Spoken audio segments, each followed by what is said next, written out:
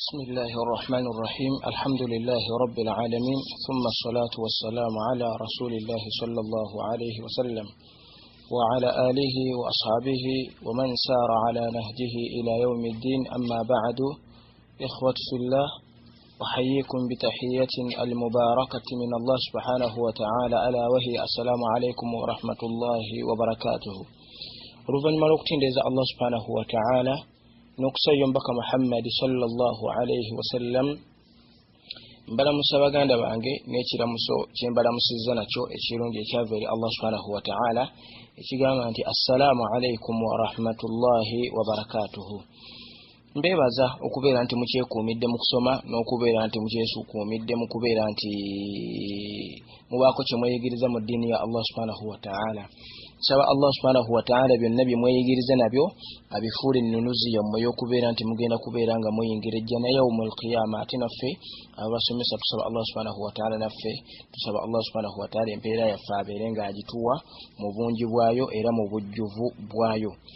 Ngaye mukimanyi obulungi nti omusomo gwaffe gutambulira ku nsonga egamba nti huququl muslimu ma lahu wa ma alayhi, obuvunaanyizibwa bw'omukkiriza bw'alina okubeera nti atuukiriza eri banne era bw'alina okubeera nti atuukiriza eri ate n'abantu abo bwe balina okubeera nga batuukiriza eri omusiraamu afaanaganako bw'ati. Amakulu obuvunaanyizibwa bwo bw'olina okufuna n'obuvunaanyizibwa bw'olina okutuukiriza eri abalala. Twajja tutambula ne twogera ku nsonga ez'enjawulo ne tutuuka ku kiyitibwa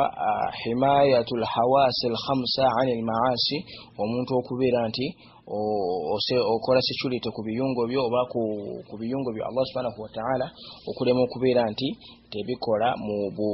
tebigwa mu kubeera nti bijemera Allah subhanahu wa ta'ala.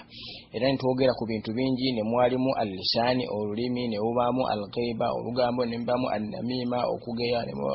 al-ghaiba, okugeya, an-namima, olugambo, ne mubaamu tazkiyatu nafsi, omuntu okubeera nti omuntu okwezakana embeera endala efaanaganako bwetyo. Olwaleero tugenda kubeera nga tulako kitiibwa al-la'ana, omuntu okubeera nti akolima. Ekigambo kolima kigambo kiyitibwa al-la'ana huwa tard wal ib'ad an rahmatillah. Omuntu okubeera nti oyogamba omuntu ekigambo ekyo nga kimugoba mu kusaasira kwa Allah subhanahu wa ta'ala. Ng'omuntu okugamba nti nsaba Katonda akuzuukize yawmul qiyama ng'oli mu kifaananyi ky'akasolo kali, ng'akasolo kali Allah subhanahu wa ta'ala ke yagaana abantu okubeera nga bakalya, oba Allah subhanahu wa ta'ala nsaba akuzuukize ku yawmul qiyama ng'oli ozuukire ne masiih ad-dajjali, oba nsaba Allah subhanahu wa ta'ala abeere nga amakulu ebigambo ebyo byonna ebibeera nga bigoba omuntu mu kusaasira kwa Allah subhanahu wa ta'ala. Oba n'ogamba omuntu nsaba Katonda agere ng'ekigambo Awarabu kye batukozesa kharabatek, omuntu nsaba ennyumba ye ekwate omuliro, oba nsaba olulyo olwo Katonda abeere nga aluzikiriza, n'ebigambo ebirala ebifaanaganako bite. Ebigambo ebyo byonna Allah subhanahu wa ta'ala biri mu kiyitibwa al-la'ana, omuntu okukolima, era nga si birungi omuntu okubeera nga abiyisa ku lulimi lwe n'okubeera nga abikozesa kulwokubanga tebiri mu nsomesa y'Omubaka Muhammadi sallallahu alaihi wasallam, ate bijja n'omuntu mu kubeera nti alina sifa y'obukkiriza, akabonero k'obukkiriza. Nga Omubaka Muhammad sallallahu alaihi wasallam bwe yatugamba mu hadithi ya Alqama, bwe yagamba nti Omubaka wa Allah subhanahu wa ta'ala yagamba nti laisa almu'minu bit-ta'an, omuntu ayitibwa omukkiriza ateekedde si muntu omukkiriza tali mu bantu omuntu at-ta'an ye muntu ali awo nga tamatira obanga awanka sawa bina, wala la'an, era tali mu bantu abakolimira abantu abalala. Ekyo si kirungi mu maaso ga Allah subhanahu wa ta'ala. So mu hadithi endala ya Abi Darda yagamba nti Omubaka wa Allah subhanahu wa ta'ala yagamba nti innal abda, mazima omuddu yenna, idha la'ana shay'an, senga akolima ekintu kyonna n'akikolimira muganda wo musiraamu, sa'adati la'ana ila sama, ekikolima ekyo kyambuka ku ggulu eri Allah subhanahu wa ta'ala fatughlaqu abwabul samaa'i dunaha emiyango gijjena gibeeranga jiggalwawo ekikolimo ekyo kireme kubeera nga kiyingira thumma tahbitu ila al-ardi fatughlaqu abwabaha dunaha oluvanyuma ne kikkiriza ne kikomawo ku nsi ne kyagala kibeere nga kiyita mu ttaka kibeere nga kiyingira mu ttaka ettaka omulyango gyayo zonna ne gibeera nga jiggalwa ne kirema okubeera nga kiyingira mu ttaka omwo thumma ta'khudhu yaminan oluvanyuma ne kitambula ne kidda ku ddyo wa shimala ne kidda ne ku kkono fa idha lam tajidu musagha raja'at ila alladhi la'ana fa in kana lidhalika ahlan oluvanyuma senga omuntu oyo bwe kigenda ku kkono ne ku ddyo ne kirema okubeera nga kifunayo kikomawo ne kinoonya omuntu yeri gwe bakikolimidde bwe kirema okubeera nti omuntu oyo kimufuna wa illa raja'at ila qailuha kikomawo ne kibeera nga kikwata nyini kukyogera amakulu ebigambo byonna kubanga ekikolimo bwe kifuluma mu kamwa tekibeerera waawo bwe kyambuka ku ggulu ng'emiryango gy'eggulu giggalwa n'emiryango gy'ensi giggalwa kati bwe kirema okukwata omuntu oyo gw'ekikolimidde la shakka nekikomawo ne kibeera nga kikwata gw'omuntu eyakikolimidde so baddu ba Allah subhanahu wa ta'ala ensonga eyo tubeere nga tugyewalira ddala ate mu hadisi ndala ya Abi Darda yagamba qala Rasulullahi sallallahu alayhi wasallam يقول اللَّاعِنُونَ لا يكون اللَّاعِنُونَ شُفَعَاء ولا شهداء يوم القيامة abantu abakolimira abantu la yakunu shufa'a tebagenda kubeera abantu bagenda kubeera nti bawolezebwa yawmul qiyama wala shuhada tebagenda kubeera abajulizi basobola kujulira ku nsonga yonna yawmul qiyama olunaku lw'enkomerero so mu mbeera efaanaganako bwetyo baddu ba Allah subhanahu wa ta'ala tulina okubeera ng'ensonga y'okukolima n'okukolimira abantu tugyewalira ddala kulwokubanga omubaka Muhammadi sallallahu alayhi wasallam y'emu ku nsonga lwaki yasanga abakyala bayitirivu nga be basinga obungi mu muliro jahannama era bwe yakomawo n'abanyumiza bwe yali ng'ayita ku lunaku olumu ng'afulumya okugenda okusala Eid al-Fitri n'asanga abakyala n'abagamba nti ya ma'ashara nisa abange mmwe abakyala mmwe tasaddaqna muyitirize nnyo okubeera nga musaddaaka watakthurna al-istighfar ila muyitize n'okubeera nti musaba Allah subhanahu wa ta'ala abeere nga abasunyiwa n'abagamba nti fa inni ra'aytukunna akthara ahla an-nari kubanga nabalabye nga mmwe musinga okuba abangi mu muliro jahannam bwe nali mu Isra wal Mi'raj omukyalo omu n'abeera nga amubuuza jazlatan n'abeera nga amubuuza ya Rasulallah wa ma lana akthara ahla an-nari nti nsonga ki egenda okubeera nga etufuula okubeera nti ffe tusinga okubeera nga tuyitiriza okubeera nti tubeera abangi mu muliro jahannam mu nsonga ziyabawa n'abaga nti takthurna al-la'na muyitirize nnyo okukolima abakyala mmwe muyitirize nnyo okubeera nga mukolima ekyo omubaka Muhammad sallallahu alayhi wasallam zizimu ku nsonga ziyabawa so ensonga eyo tubeere nga tugyewalira ddala baddu ba Allah subhanahu wa ta'ala era tubeere abantu abalungi mu maaso ga Allah subhanahu wa ta'ala ensonga ey'okubiri mu nsonga zetulina okubeera nga twewaza emitima gyaffe as-sukhriya wal istihza'u bin-nas omuntu okubeera nti okkakkanya n'okubeera nti onyoomoola abantu ensonga eyo Allah subhanahu wa ta'ala yagigaana era n'agigaana abantu b'ekibiina ky'omubaka Muhammadi sallallahu alayhi wasallam nga Allah subhanahu wa ta'ala byaga mu Qur'an al-Karim zuyyina lilladhina kafaru al-hayatu ad-dunya wa yaskharuna min alladhina amanu walladhina ittaqaw fawqahum yawma al-qiyamah wallahu yarzuqu man yasha'u bighayri hisabi Allah subhanahu wa ta'ala agamba nti Allah subhanahu wa ta'ala yawundira abantu abakuffaaru obulamu bw'edduniya buno wayaskharuna min alladhina amanu bw'amala Allah subhanahu wa ta'ala okubawa ebyengero ebyo ne batandika okubeera nga bakkakkanya abakkiriza alladhina amanu walladhina ittaqaw fawqahum yawma al-qiyamah n'abo abakkiriza abagenda okubeera waggulu abakuffaaru awo yawma al-qiyama wallahu yarzuqu man yasha'u bighayri hisabi mazima Allah subhanahu wa ta'ala agabirira yenna gw'aba ayagadde ekintu kyonna kyaba mugabidde bighayri hisabi nga tamaze kumubala oba nga tamaze kutunuulira embeera ze mu mbeera efaanaganako bwetu ne tubeera nga sukhriya wal istihza etegwanidde mu bantu b'ekibiina ky'omubaka Muhammadi sallallahu alayhi wasallam Allah agamba mu Qur'an Karim aya ngati ya ayyuhalladhina amanu abange mu abakkiriza la yaskharu qaumun min qaumin asa an yakunu khayran minhum.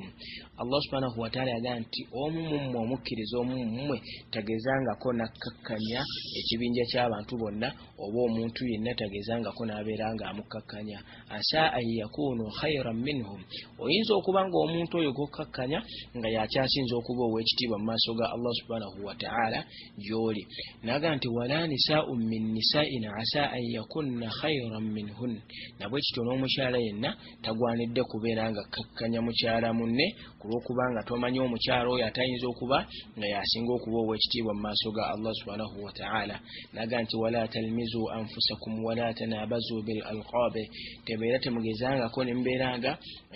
mwetuuma amanya amapaatiike. Naga nti bi'sa lismul fusuqu ba'da al-iman, amanya agafaanaganako bwe gatyo manya ga bwonooneefu oluvannyuma lw'okubeera nti Allah subhanahu wa ta'ala abeera nga awadde obukkiriza. Naga nti waman lam yatube, era omuntu bw'ateerenya fa ulaika humu zalimu, abantu abo be bayitibwa abalyazaamaanya. Omuntu afaanaganako bw'atyo aba agudde mu bantu abalyazaamaanya. So baddu ba Allah subhanahu wa ta'ala bwe tutyo bwe tulabye obuvunaanyizibwa bwaffe eri emitima gyaffe. Tusaba buli muntu muffe ffenna Allah subhanahu wa ta'ala amuwa obusobozi obw'okubeera nti asobola okubeera nti atuukiriza obuvunaanyizibwa bwe eri omutima gwe. Ensonga obuvunaanyizibwa obwokusatu bwe buvunaanyizibwa bw'omwana, obuvunaanyizibwa bw'omwana eri mukadde we, obuvunaanyizibwa bw'omwana eri mukadde we. Naye nga mukimanyi obulungi nti ensonga y'obukadde eno twagisoma tulina omusomo gwe twagisomesaako eri emabega, ate ne basheekha abalala nabo ne bajja nga bagisomesaako. Katulabe nubuza kuyo katono kuyo tugenda kubeera nga tulabako katono, tugenda kubeera nga tulondamu ensonga ezimu obaolyawo zitutakoonako mu musomo guli. Ekisooka tulina okumanya nti birrul walidaini muqaddamu ala al-jihadi wal hijra. Omuntu okubeera nti ayisa bulungi bakadde babiri, ensonga eyo ekulembera era yeesooka okubeera nga etunulwamu nga tetunnaba na kugenda mu kkubo lya Allah subhanahu wa ta'ala kulwana oba okusenguka kulwa Allah subhanahu wa ta'ala, nga bwe kyawarada mu hadithi ya Ibn Umar bwe yagamba nti jaa rajulun yasta'dhinu an-nabiy sallallahu alayhi wa sallam bil jihad, omusajja ajja eri omubaka Muhammadi sallallahu alayhi wa sallam ng'amusaba abeere ng'agenda alwane mu lutalo. Omubaka Muhammadi sallallahu alayhi wa sallam n'amugamba nti ahayyun walidak, bakadde babiri gye bali balamu bulungi? N'amugamba nti na'am, bakadde bange gye bali balungi. N'amugamba nti fa fihima fajahid, mu bakadde baba babiri mwoba olwana genda obayise bulungi, Allah subhanahu wa ta'ala ajja kuwa empeera ng'omuntu alwanye mu kkubo lya Allah subhanahu wa ta'ala. Ekyo nno kiba kitulaga nti omukadde ababiri nsonga nnene nnyo mu maaso ga Allah subhanahu wa ta'ala, kubanga basobola n'okuyimiriza omuntu okubeera nti tagenze mu kkubo lya Allah subhanahu wa ta'ala. Ekyokubiri, taqdimul ummu fil birr, taqdimul ummu fil birr, tulina kubeera nga tukulembeza maama mu kuyisa obulungi oluvannyuma ne tuzzaako taata. Ate nno si kyekyo kyokka, maama ne tubeera nga tumwagala emirundi ng'esatu, no, mukubeera tulina okubeera nga tumubarra emirundi esatu. Abakadde tulina okubeera nga ffe bonna tubaagala, naye maama tulina okumubarra, okumuyisa obulungi emirundi egiwerera ddala esatu miramba, then taata n'abeera n'omulundi gumu, nga Omubaka Muhammad sallallahu alaihi wasallama bwe yategeeza mu hadithi ya Abi Hurayra bwe yagamba nti omusajja yajja eri Omubaka Muhammad sallallahu alaihi wasallama n'amugamba nti man ahaqqu nnansi bi husni suhba, muntu ki akyasinze okubeera nga yagwanidde okubeera nti tumuwa omukwano ogukyasinze okuba ogw'ekika ekya waggulu? Omubaka Muhammad sallallahu alaihi wasallam n'amugamba nti ummuk, maamawo. N'amugamba thumma ummuk, era ntegeeza nti era ddamu oyise bulungi maamawo. N'amugamba thumma ummuk, era maamawo. Omubaka Muhammad sallallahu alaihi wasallam bwe yamalayo emirundi esatu n'amugamba nti thumma abuk, bw'omalayo emirundi esatu oluvanyuma ozzeeko taatawo thumma adinak oluvanyuma ozzeeko ababaddirira bwatyo mbaka Muhammadi sallallahu alayhi wasallam bwe yategeeza amakulu bw'obanga oyina emitwalo gy'ensimbi emitwalo 4 ng'oyina emitwalo gy'ensimbi emitwalo 4 bw'okwata emitwalo 4 kwata emitwalo 3 ogiwe maama okwata omutwalo gumu obeere ng'oguwa taata ng'omubaka Muhammadi sallallahu alayhi wasallam bwe yakasama ensonga embeera efaanaganako bwetyo fil birri. Ekyokubiri ekyo nno kiraga bukulu bwa maama ne byeyitamu ebinene ennyo okubeera nti oba oliawo otuuka ku mbeera efaanaganako bwetyo kiraga obukulu bw'omukadde oyo maama waffe. Tubadde tutunuulira ku nsonga y'abakadde baffe bamaama Allah subhanahu wa ta'ala bye yabawa ne byabayisaamu kubanga tukimanyi bulungi nti ffe abasajja bamaama abasajja bwe tumala okuwasa abakyala tuyina embeera zitubeera nabo abakyala abo naye oluvannyuma lw'akaseera tuyina bye tubalekera ebitandika okubeera nga bibawa obuzibu amakulu be baana abaana abo betubeera tubalekedde mu mbuto zaabwe abaana abo n'abeera naye ebbanga lya myezi 9 mulamba ebbanga ery'emyezi 9 eryo Allah subhanahu wa ta'ala n'abeera n'omwana oyo n'abeera n'ezzadde olyo n'ayita mu mbeera ey'ekika ekyawaggulu ekyo Allah subhanahu wa ta'ala n'abeera nga yamugulumiza ku nsonga efaanaganako bwetyo. حديث دالي يا مقدام بن معدي يكرب يا جامع بكى الله سبحانه وتعالى قال إن الله يوصيكم بأمهاتكم 3 مزما الله سبحانه وتعالى بلا ميرا وكبير أنت ميسا بكدب مي برونجي ميرونجي مبايسا برونجي ميرونجي ساتو ميرامبا n'agamba nti inna allaha yusikum bi abaikum ate Allah subhanahu wa ta'ala balamira okubeera nti muyisa bulungi bakitammwe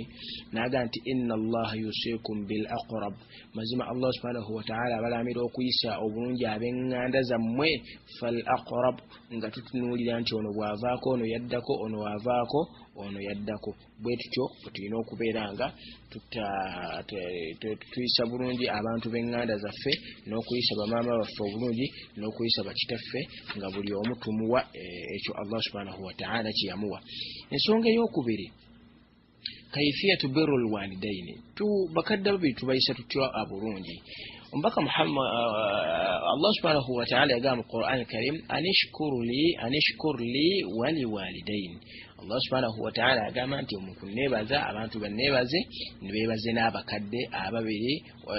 wali walidayika n'okubeera nti abakadde abalungi nabo tubayisa bulungi. Qala Ibn Uyayna fi tafsir hadhihi al-aya Ibn Uyayna omumanyi mu kunnyonnyola hadithu yagamba nti man salla as-salawatu al-khams omuntu bw'asaala esswala 5 faqad shakara Allah aba yebazizza Allah subhanahu wa ta'ala wa man da'a liwalidayhi aqibaha ate omuntu bw'asabira bakadde babiri oluvannyuma lw'esswala faqad shakara lahuma abeera yeebazizza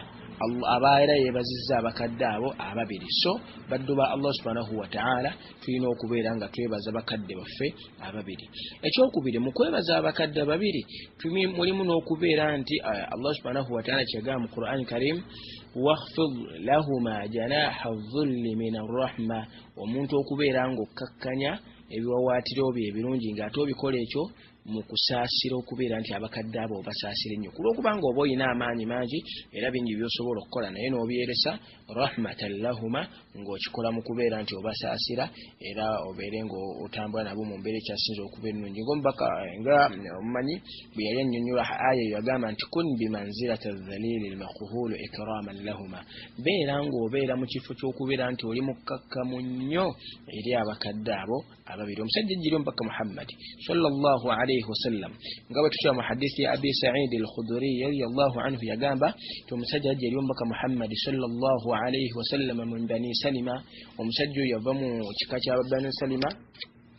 najja eri omubaka Muhammad sallallahu alayhi wasallam wa ana indahu Abi Sa'id agamba nti nange naliwaawo omusajja bwe yajjira faqala n'agamba ya Rasulallah wange gombaka wa Allah subhanahu wa ta'ala inna abawayi mazima bakadde bange ababiri faqad halaka bafadda qad halaka Allah subhanahu wa ta'ala yabazikiriza dda naga nti fa hal baqiya li ba'da mawtihima min barrihima shay nina kyensigazza oluvanyuma lw'okubeera nti abakadde babiri bafudde nina kyensigazza ekinvunaanyizibwako okubeera nga nkituukiriza mu kubeera nti abakadde babiri mbayisa bulungi nina kyensigazza mu buvunaanyizibwa bwonna musajja abuuza omubaka Muhammad sallallahu alayhi wasallam omubaka n'abeera nga amugamba naam okyalina obuvunaanyizibwa bw'olina okubeera nga obatuukiriza eri abakadde babiri omubaka n'atandika okubeera nga abumunnyonnyola n'amugamba nti as-salaatu alayhima oteekeddwa okubeera nga abakadde babiri obasabira eddua al-muradu bis-sala fi hadhihi al-kalima kitegeezebwa n'essala amakulu g'ekigambo ssala mu hadisi eno baka Muhammad sallallahu alayhi wasallama yali ategeeza addua okubeera nga tubasabira abakadde babiri ekyokubiri wal istighfaru lahuma n'okubeera nti tusaba Allah subhanahu wa ta'ala abeere nga abasonyiwa ebyo byonna ebyabasobako wa infadhu uhudahuma min ba'dihima n'okubeera nga tutuukiriza endagaano zaabwe eza halali endagaano ezo ze baakola n'abantu mikwano gyabwe buvunaanyizibwa bwaffe abasigaddewo mu baana be okubeera nga endagaano ezo tuzituukiriza wa ikramu sadiqihima n'okubeera nti mikwano gye gy'abadde ayina tugiwa ekitiibwa oyinza okubeera ng'oli awo naye nga mukadde ojawangaalira omanyi nti haji gundi mukwano gwa taata ne haji gundi mukwano gwa taata ne haji gundi mukwano gwa taata mukaddewo Allah subhanahu wa ta'ala n'amugerera n'amujjulula kuno ku nsi abantu abo oteekeddwa okubeera nti obayisa bulungi bilghaya nga mukadde wabadde abayisa obulungi lwoba oyiseeyo beera nga obawa ekitiibwa beera nga obagulumiza ku lw'okubanga babadde bakinywi nnyo ne mukaddewo babadde bakitiibwa nnyo eri mukaddewo babadde ba mukwano nnyo eri mukaddewo so buvunaanyizibwa bwo okubeera nti abantu abo obayisa bulungi basigale nga bakyalina okwagala n'okusabira mukaddewo eddua n'okubeera nti bafiiringa nti mbutuufu ddala yabalekera abaana abalungi era yabalekera ebitonde ebirungi kuno ku nsi so buvunaanyizibwa bwaffe okubeera nga emikwano gy'abakitaffe emirungi egyali emirungi egitaali mikyamu okusigala nga tugiyunga n'okubeera nga tubayisa bulungi wasilatu rahmihima n'okubeera tuyunga eŋŋanda zaabwe allati la rahima laka illa min qibalihima egitali eŋŋanda zo ezitali nga oluganda olwoyunga si luganda nti luganda oluyunga ku lw'okuba gwe lulwo wabula nga oluyunga ku lwakuba nti mukaddewo mukaddewo oluganda olwo yali aluyunga era nga baŋŋanda ze era nga mikwano gye mu mbeera efaanaganako bwetyo qala rajulu musajja n'agamba mbaka Muhammad sallallahu alaihi wasallama hadisi mpanvu naye katubeere nga tukomaawo insha Allah subhanahu wa ta'ala ku hadisi eyo so obuvunaanyizibwa obwo tuteekeddwa okubeera nga tubutuukiriza bakadde baffe nga Allah subhanahu wa ta'ala abajjuludde mu bimu ku bye tufuna senga tubanga tuyisizza bulungi bakadde baffe hadithi ya Abdullah ibn Umar yagamba nti mbaka Muhammad sallallahu alaihi wasallam yagamba nti bainama thalathatu nafar yamshuna akhadhahum al-matar abasajja babiri baali batambula Allah subhanahu wa ta'ala n'abagerera enkuba nebeeranga yatonnya nebasanga mu kkubo enkuba bwe mala okutonnya mu hadithi eno mu kyafa ekitumanyi obulungi fa'au ila ghari fil jabal abasajja abo ne bagwa mu kisenyi ne bagwa mu kinnya oluvannyuma ndowooza lw'ettaka okubeera nti lyanafuwa ne bagwa mu kinnya wansi fa anhatat ala fammi gharihum sakhratan fil jabali fantabakat alayhim abasajja abo ne bagwa mu kinnya ekyo oluvannyuma ettaka ne libeera nga libabikkiramu qala ahaduhum omu n'abeera nga abagamba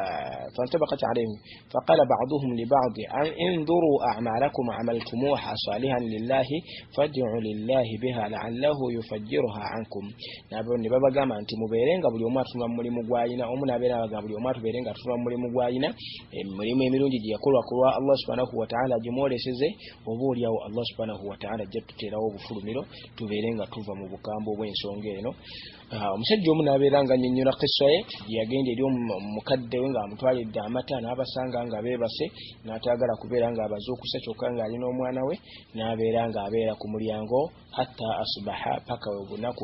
obudde bwakeera ku makya ne babeera nga baggulawo n'abeera ng'abawa amata ne bamunnyonnyola nti lwaki obedde oli wano n'abagamba nti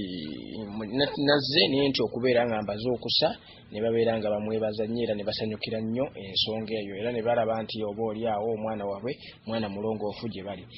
Bwe kimala okufaanaganako bwe kityo omusajja n'ayogera ng'amaze okwogera ebigambo ebyo n'agamba nti ya rabbi ayi Allah subhanahu wa ta'ala in kunta ta'lam bw'obanga okimanyi bulungi inni fa'altu hadha ibtigha'a mardatik nti ekyo nakikola nga nnoonya kusiimibwa ggwe eri Allah nnoonya kusiimibwa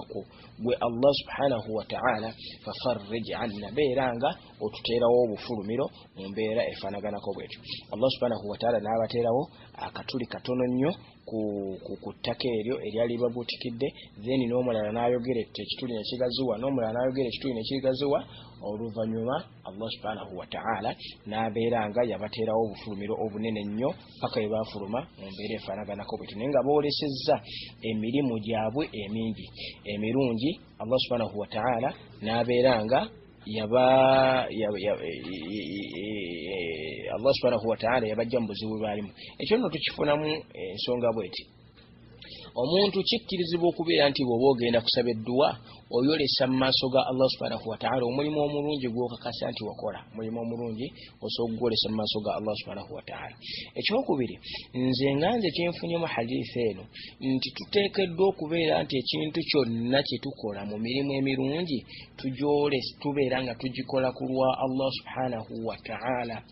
ng'ogukola kusiimibwa Allah subhanahu wa ta'ala ku lw'okubanga omulimu ogwo guyinza okukununula kuno ku nsi ate gwe gugenda okubeera nga gukununula mu maaso ga Allah subhanahu wa ta'ala. Singa omuntu ono yakola bino byonna bye yakola nga teyabikola ku lwa Allah subhanahu wa ta'ala oba oliawo Allah subhanahu wa ta'ala teyandimununudde era teyandimuteereddewo makharaji mu mbeera efaanaganako bwetyo. So baddu ba Allah subhanahu wa ta'ala bwe kityo bwe tulina okubeera nga tuyisa bulungi bakadde baffe era tusaba Allah subhanahu wa ta'ala abeere nga atuwa obulungi mu kubeera nti atuwa obusobozi okubeera nti abakadde abo tubabarra era tubeere nga tubayisa bulungi biiznihi ta'ala.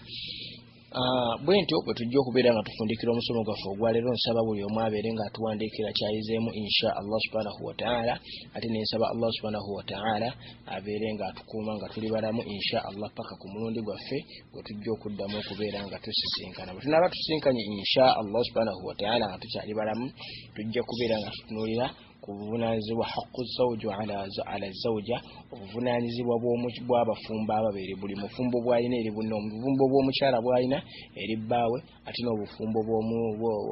bw'omwami bw'alina eri mukyala we insha Allah subhanahu wa ta'ala. Wa hadha assalamu alaykum wa rahmatullahi wa barakatuh.